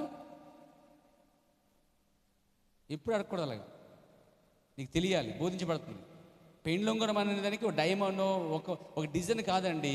చక్కగా రౌండ్గా ఉండాలి. రౌండ్గా లోపము లేనిదే ఉండాలి, ఎత్తు పొలలేనిదే ఉండాలి. ఇది అర్థం ఏంటి సార్?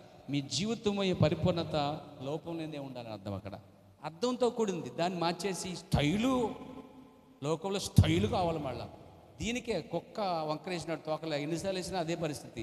ఎవరినో చూస్తారు, ఎవరినో వెతుకుతుంటారు, వాళ్ళని చూసుకుంటారు. వాళ్ళకు ఉన్నాయా? మనం ఒక్కరిని చూసి నేర్చుకోవద్దు, ఒకరిలో ఉండే ప్రయత్నం చేయొద్దు. ఎవరో ఉంగరం పెట్టుకుని డైమండ్ కిందంటే ఎదుగో అలా పెట్టుకుందాం, అసలు వెంబడించొద్దు.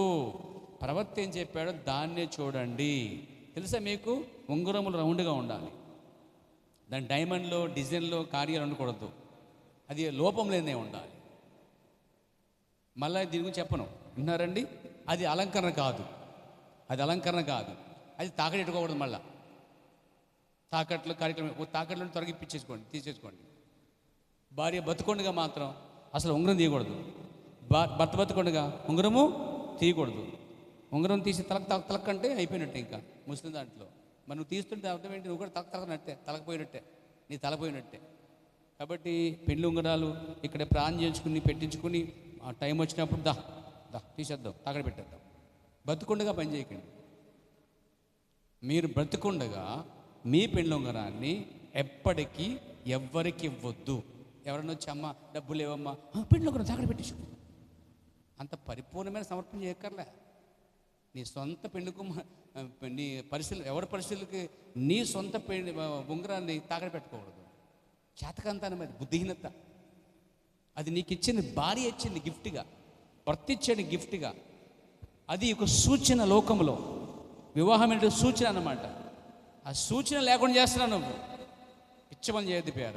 ఖచ్చితంగా పెళ్లి ఉంగరాలు భర్త భార్య బతుకున్నంత వరకు మీరు ధరించవలసిందే.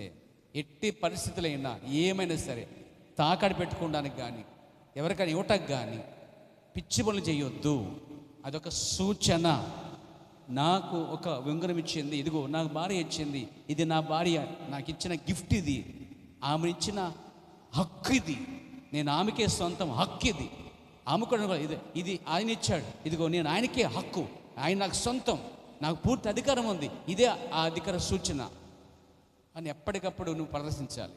ప్రవర్తన చేస్తే మీకు పెళ్ళి ఉంగరం పెట్టుకొని చర్చకు వచ్చినప్పుడట ఇతర పురుషులు ఆమె చూచినప్పుడు ఆమెకు పెళ్ళి అయింది, ఆమె జోలికి వెళ్ళకూడదు అనుకుంటారట. అంటే దాని అర్థం లేను జోలికి వెళ్ళమని చెప్తానా? ఎంకరేజ్ చేయట్లేదు. దేవుడు నీకు ఎవరినైతే అనుగ్రహించాడో, దేవుడు ఎవరైతే నీకు చూపించాడో దానికోసం ముందుగా 6 నెలలు ప్రార్థన చేయాలి. 8 నెలలు 6 నెలలు ప్రార్థన చేయాలి. 6 నెలలు పొద్దున్న పని చేసి నాకు చూపించేసాడంటే కుదరదు. అక్కడ 6 నెలలు ప్రార్థన చేసిన తర్వాత అప్పుడు కొంత టైం ఇచ్చి ఇంకా దేవుడు బయలుపరచాలి. సో 6 నెలల తర్వాత నీ ఒక్కడే కాదు, ఇద్దరికి బయలుపరచాలి. మళ్ళీ ఆమెకి చెప్పాలి, నీకు చెప్పాలి, అయితే ఆమెకైనా అనిపించాలి, నీకే అనిపించాలి. వన్ సైడ్ కాదు, ఇద్దరి వైపున అవగాహన ఉండాలి. అప్పుడు దేవుని కార్యం అది. దేవునికి స్తోత్రం కలుగాక, దేవునికి మహిమ కలుగాక. నాతో ఉన్నారు మీరు. ఇప్పుడు ఇస్సాకు ఇష్టమైంది ప్రసంగం పంపించాడు, ప్రసంగం చేశాడు. ఎవరు? ఎలియేజరు. ఎలియేజరు ప్రసంగం ఇస్సాకుది, ఎలియేజరు కాదు. అలాగే ప్రవక్త బ్రహ్మ ప్రవక్త కాదు, అది యేసుక్రీస్తుది. నచ్చేసింది. ఇప్పుడు మనకి నచ్చలేదా?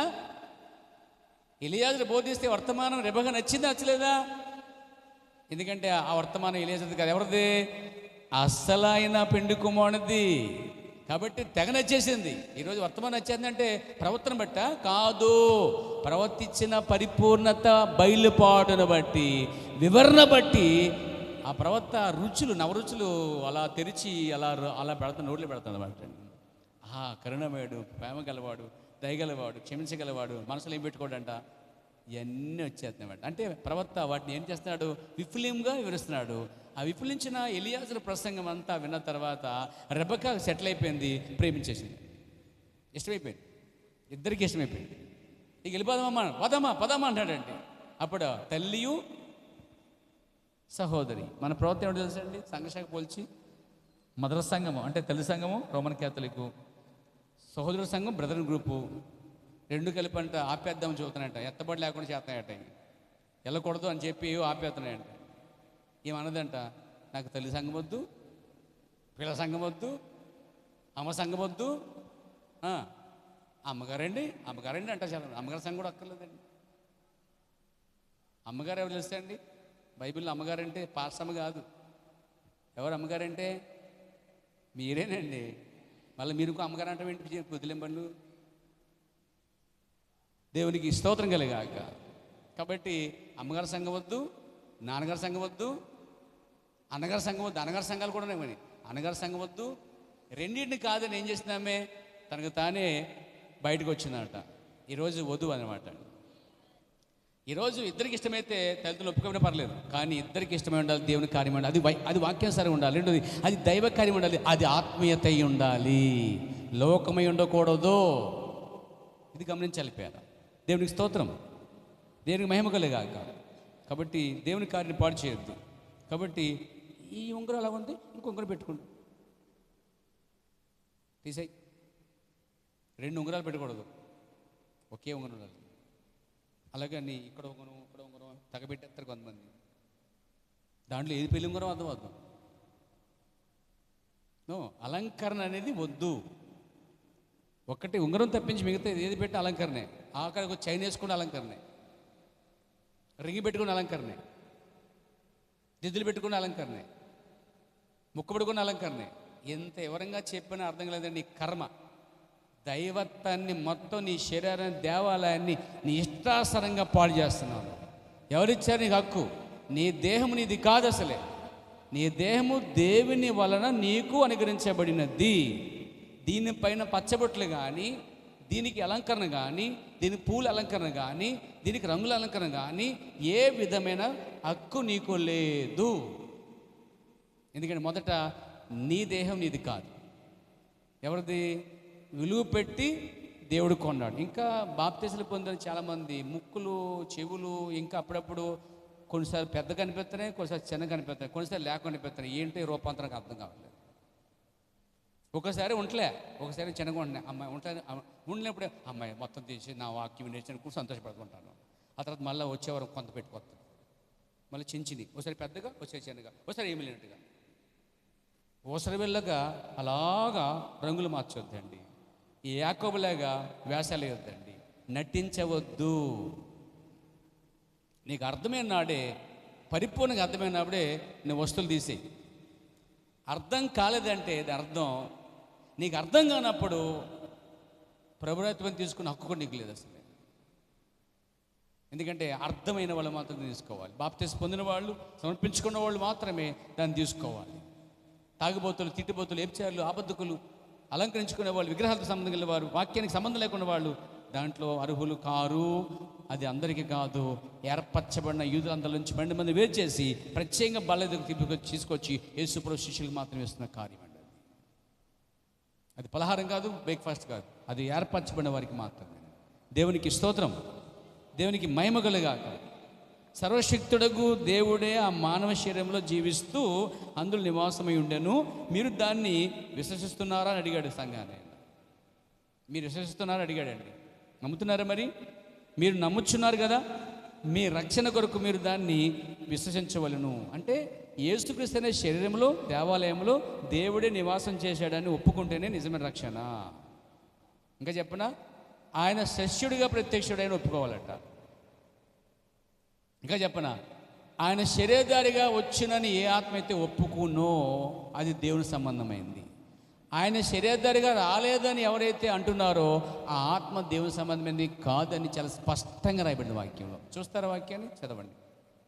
1 యోహాను పత్రిక 4వ అధ్యాయము 2వ వచనం చదువమ్మా.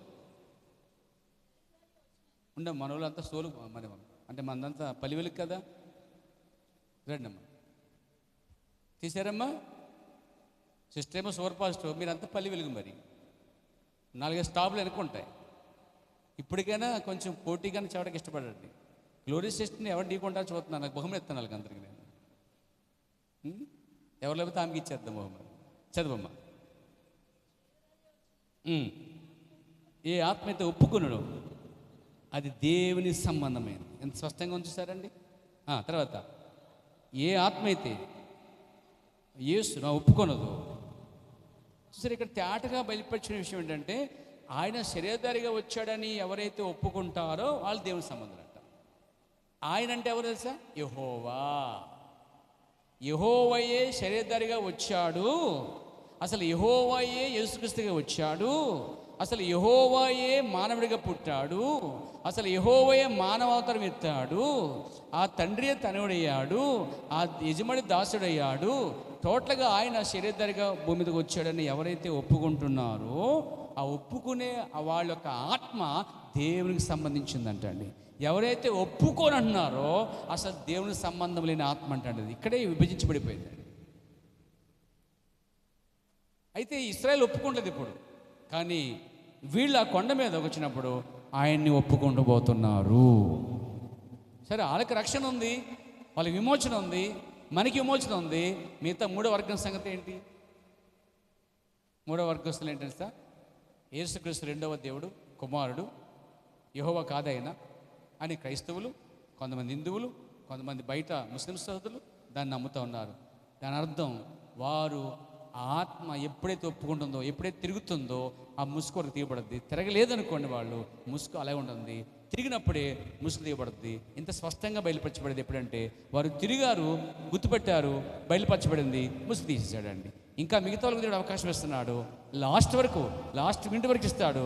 దాన్ని అయిన వారు వాక్యం వైపు తిరగకుండా వారు ఆచార్య వైపు తిరిగారంటే వారి ఆత్మ దేవుని సంబంధించి కాదు. ఎంత గొప్ప కృపలో మనం తెలుసు. మనం దేవునికి మహిమ కలుగాలి. ఏమంటే మీరు నమ్ముచున్నారు కదా, మీ రక్షణ కొరకు మీరు దాన్ని విశ్వసించవలను. దేనిని ఆయన శరీరధారిగా వచ్చేవాడు అనేదాన్ని, దైవత్వం యొక్క సంపూర్ణత ఆయనేనని, క్రీస్తులో దేవుడు ఉన్నాడని, శరీరీతిగా ఆయన దైవత్వము పరిపూర్ణంగా క్రీస్తులో ఉన్నదని చెప్పి మనం హృదయపరంగా ఒప్పుకున్న నాడు మన ఆత్మ దేవుని సంబంధమైనది. ఏమంటే అర్థమైందా? దేవునికి స్తోత్రం కలిగాక, దేవునికి మహిమ కలుగునుగాక. జనులకు తన ప్రేమను వ్యక్తపరచుటకు, ఈ భూమి యొక్క పాపము తీసివేయటకు దైవత్వములో ఉన్న ఆయనే శరీరధారి అయి ఈ భూమి మీదకి వచ్చాను. వావ్, మంచి మాట అండి అది. ప్రేమను వ్యక్తపరచడానికి, జనులకు తన ప్రేమను బయలుపరచడానికి, భూమి యొక్క పాపమును తీసివేయడానికి, భూమి మీద ఉన్న పాపానంతా తీసేయడానికి. రెండు కార్యాలండి ఇక్కడ. ఒకటి తన ప్రేమను వెళ్ళపరచడానికి, రెండవది భూమి పాపముతో త్రొతుకుతున్న దాన్ని, ఈ భూమి మీద ఉన్న పాపాన్ని తీసివేయడానికి క్రీస్తు రావడానికి కారణం రెండు. ఒకటి ప్రేమను, దేవుడు ఎలాంటి ప్రేమ కలిగి ఉన్నాడు అని దాన్ని తను తానుగా బయలుపరచుకుంటూ వచ్చాడు. రెండోది పాపంతో ఉన్న పాపాన్ని తీసేటకు వచ్చాడు. దైవత్వములో ఉన్న ఆయనే శరీరధారి ఈ భూమి మీదకు వచ్చాను. చాలా స్పష్టంగా చెప్పాడు ప్రవర్తన గారు. అందుకే ఆయన అంటే ఇష్టం. ఎందుకంటే బాగా వివరించాడు నా కార్యాన్ని, చాలా స్పష్టంగా వివరించాడు ఆ కార్యాన్ని. ఎటువంటి గలిబులు లేకుండా, ఆయనకు పూర్తి ప్రత్యక్షతో వివరించాడు. కాబట్టి ఐ లైక్ ద ప్రాఫిట్. ఎందుకంటే ఆయనకి ఎటు తొందరపడలేదు ఆ విషయం. అంటే ఒక మంచి గైడ్ అయితే మనం కలిగి ఉన్నాం. మంచి ఈ సంఘానికి ఒక ప్రవక్త ఉండేది మీకు, వర్తమానే ప్రవక్త అయి నడిపారు. దాన్ని తవ్వే తీసుకొస్తున్నది. దేవునికి స్తోత్రం. జనులు తన ప్రేమను బయలుపరచడానికి, పాపాన్ని తీసివేయడానికి దైవత్వంలో ఉన్న ఆయన శరీరధారిగా భూమి మీదకి వచ్చాను. ఆ నియమము ప్రకారం ఆయన ఇచ్చట వచ్చి మరణమును తన శరీరమును వహించగలిగింది, వ్యాధులను తన శరీరమందు భరించగలిగింది. వాస్తవముగా నీపై మోపవలసిన నీ శాపమును ఆయనే భరించి తనపై వేసుకుని, అంతేకాకుండా మరలా నీవు తండ్రితో పరిపూర్ణమైన సహవాసము కలుగుటకై, నియమం ప్రకారము నిన్ను విమోచించుటకై ఆయన ఒక మానవునిగా జన్మించెను, జీవించెను, మరణించెను. అది ఎంతటి అద్భుతమైన విషయము అన్నాడండి ఆయన. అది ఎంత అద్భుతం! ఈ రెండు ముక్కలు సరిపోతుంది మీకు చెప్తుంది. పెద్ద ప్రసంగం అక్కర్లే, పెద్ద మర్మములు అక్కర్లే, అర్థం కాని విషయాలు అక్కర్లే, తేటగా అర్థమైతే సరిపోతుంది మీకు. ఈ ఒక్క విషయం సరిపోతుంది. మీరు దేవుని స్తోత్రం కలిగాక ప్రేమను బయలుపరచడానికి వచ్చాడు, పాపాన్ని తీసేయడానికి వచ్చాడు. వచ్చింది ఎవరంటే దైవత్వములో ఉన్న ఆ మహా గొప్ప దేవుడే శరీరధారిగా వచ్చి నియమం ప్రకారంగానే జీవించి మృతి పొంది పాతిపెట్టబడి తిరిగి లేచాడు. మరణము తన శరీరమును సహించగలిగింది, వ్యాధులు సహించగలిగింది, శరీరమందు భరించగలిగాడు. వాస్తవంగా చెప్పాలంటే మీ పాపాలన్నింటినీ, మీ శాపాలన్నింటినీ ఆయన వేసుకుని భరించాడు, తనపై వేసుకుని. అంతేకాదు, వేసుకోవడమే కాదు, కానీ దీనివల్ల ఏంటి?